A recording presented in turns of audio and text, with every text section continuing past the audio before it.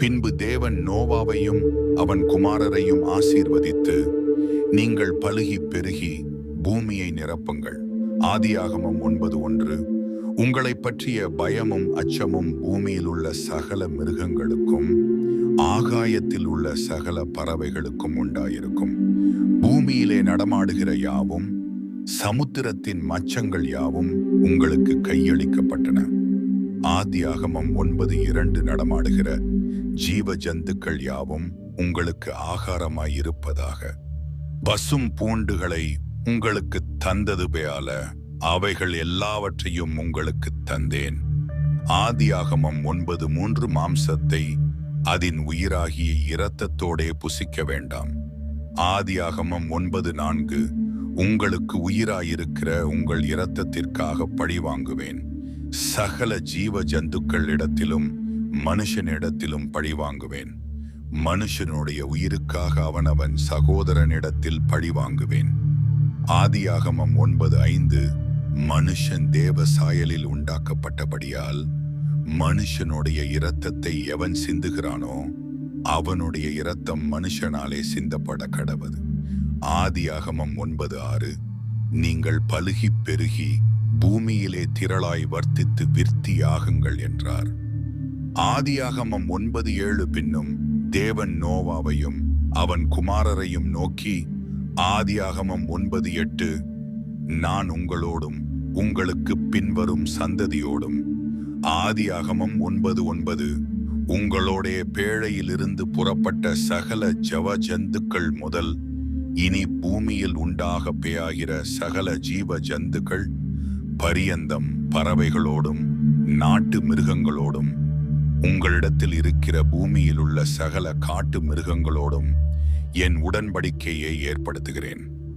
ஆதியாகமம் 9:10. இனி மாம்சமானவைகள் எல்லாம் ஜல பிரளயத்தினால் சங்கரிக்கப்படுவதில்லை என்றும் பூமியை அழிக்க இனி ஜல பிரளயம் உண்டாவதில்லை என்றும் உங்களோடே என் உடன்படிக்கையை ஏற்படுத்துகிறேன் என்றார். ஆதியாகமம் 9:11. அன்றியும் தேவன், எனக்கும் உங்களுக்கும் உங்களிடத்தில் இருக்கும் சகல ஜீவ ஜந்துக்களுக்கும் நித்திய தலைமுறைகளுக்கென்று நான் செய்கிற உடன்படிக்கையின் அடையாளமாக. ஆதியாகமம் 9:12. நான் என் வில்லை மேகத்தில் வைத்தேன். அது எனக்கும் பூமிக்கும் உண்டான உடன்படிக்கைக்கு அடையாளமாயிருக்கும். ஆதியாகமம் 9:13. நான் பூமிக்கு மேலாய் மேகத்தை வருவிக்கும் அது அந்த வில் மேகத்தில் தோன்றும். ஆதியாகமம் 9:14. அப்பொழுது எல்லா மாம்ச ஜீவன்களையும் அழிக்க இனி ஜலமானது பிரளயமாய் பெருகாதபடிக்கு எனக்கும் உங்களுக்கும் மாம்சமான சகல ஜீவ ஜந்துக்களுக்கும் உண்டான என் உடன்படிக்கையை நினைவு கூறுவேன். ஆதியாகமம் 9:15. அந்த வில் மேகத்தில் தோன்றும் அது தேவனுக்கும் பூமியின் மேல் உள்ள சகலவித மாம்ச ஜீவன்களுக்கும் உண்டான நித்திய உடன்படிக்கையை நான் நினைவு கூறும்படிக்கு அதை நோக்கி பார்ப்பேன். ஆதியாகமம் 9:16. இது எனக்கும் பூமியின் மேல் உள்ள மாம்சமான யாவுக்கும் நான் ஏற்படுத்தின உடன்படிக்கையின் அடையாளம் என்று நோவாவோடே சொன்னார். ஆதியாகமம் 9:17. பேழையிலிருந்து புறப்பட்ட நோவாவின் குமாரர் சேம், காம், யாப்பேத் என்பவர்களே. காம் கானானுக்கு தகப்பன். ஆதியாகமம் 9:18. இம்மூவரும் நோவாவின் குமாரர். இவர்களாலே பூமி எங்கும் ஜனங்கள் பரம்பினார்கள். ஆதியாகமம் 9:19. நோவா பயிரிடுகிறவனாகி திராட்சத் தோட்டத்தை நாட்டினான். ஆதியாகமம் 9:20. அவன் திராட்சரசத்தை குடித்து வெறி கொண்டு தன் கூடாரத்தில் வஸ்திரம் விலகி படுத்திருந்தான்.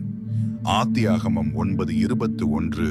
அப்பொழுது கானானுக்கு தகப்பனாகிய காம் தன் தகப்பனுடைய நிர்வாணத்தை கண்டு வெளியில் இருந்த தன் சகோதரர் இருவருக்கும் அறிவித்தான். ஆதியாகமம் 9:22. அப்பொழுது சேமும் யாப்பேத்தும் ஒரு வஸ்திரத்தை எடுத்து தங்கள் இருவருடைய தோள் மேலும் பெயாட்டு கொண்டு பின்னிட்டு வந்து தங்கள் தகப்பனுடைய நிர்வாணத்தை மூடினார்கள். அவர்கள் எதிர்முகமாய் பெயாகாதபடியினால் தங்கள் தகப்பனுடைய நிர்வாணத்தை காணவில்லை. ஆதியாகமம் 9:23.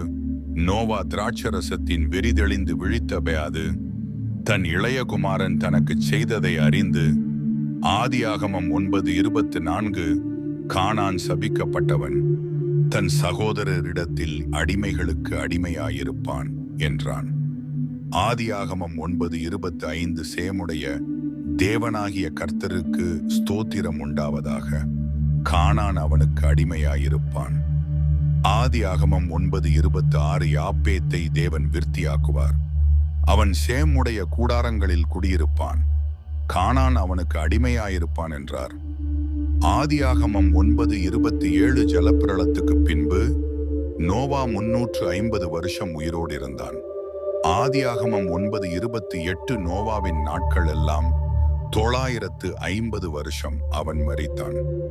ஆதியாகமம் 9:29